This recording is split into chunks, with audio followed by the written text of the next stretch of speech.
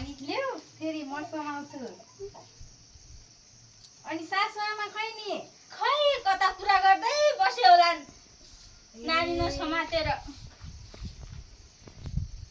बस्नु न दिदी एकछिन बस्नु हुन्छ।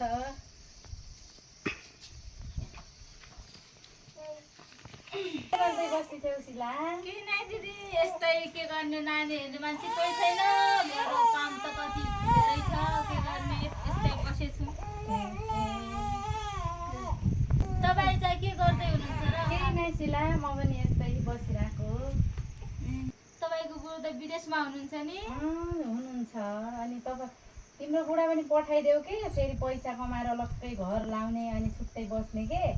भन त भनेको दिदी आफ्नो आमा मात्र कुरा हुन्छ। भन त भनेको के गर्ने मान्दैनन्। हेलो हेर न दुनियाँभरका कुरा काट्न बसेर अरू त काम छैन नि त। हामीले कसैको कुरा नि काटेको छैनौँ। खै त के गर्ने यस्तै हुन् के कुरा गर्नै हुन्न।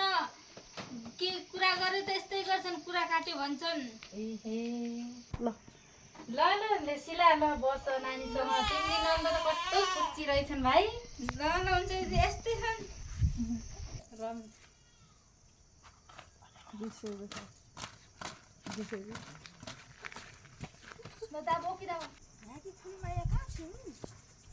घरमा बुहारी भएर पनि के काम छोरी भएर पनि के काम। फुलमती फुलमती हजुर के गर्दैछ हो? माइली बजे पो आउनुभयो त बस्दै गर्नु।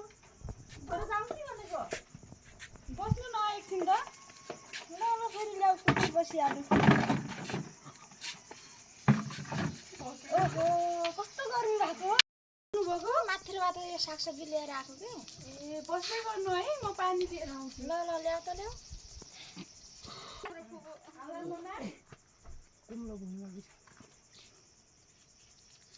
लिनु पानी पिनु घाम भयो होला। गर्मी त असाध्यै छ।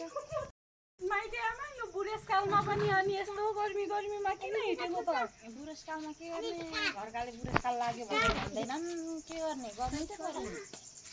अनि हजुरको छोरा कहाँ जानु भएको? बुहारी कता हुनुहुन्छ?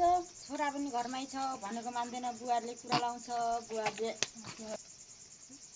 अनि साँच्ची माइली बजे अनि हजुरको नाति भएको कि नातिनी भएको रे? नातिनी भएको नि मेरो त।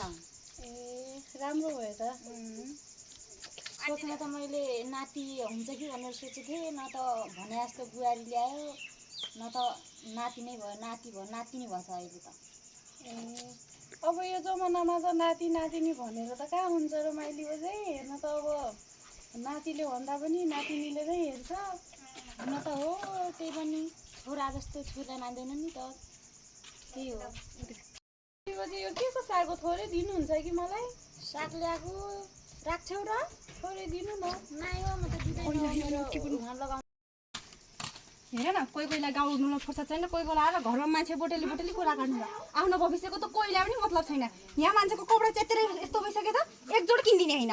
दाइ बाजुलाई सम्झाइ सक्दैन म बुढी आमालाई देखेर चम्किन्छ। हेर न छोरी पनि लाग्छु घरतिर। हुन्छ आउँदै गर्नु होला नि त माइली आमा फेरि। हुन्छ म आउँदै गर्छु बिस्तारै बिस्तारै। अहिलेलाई जान्छु बस है नानी। हुन्छ। कस्तो गर्मी हो।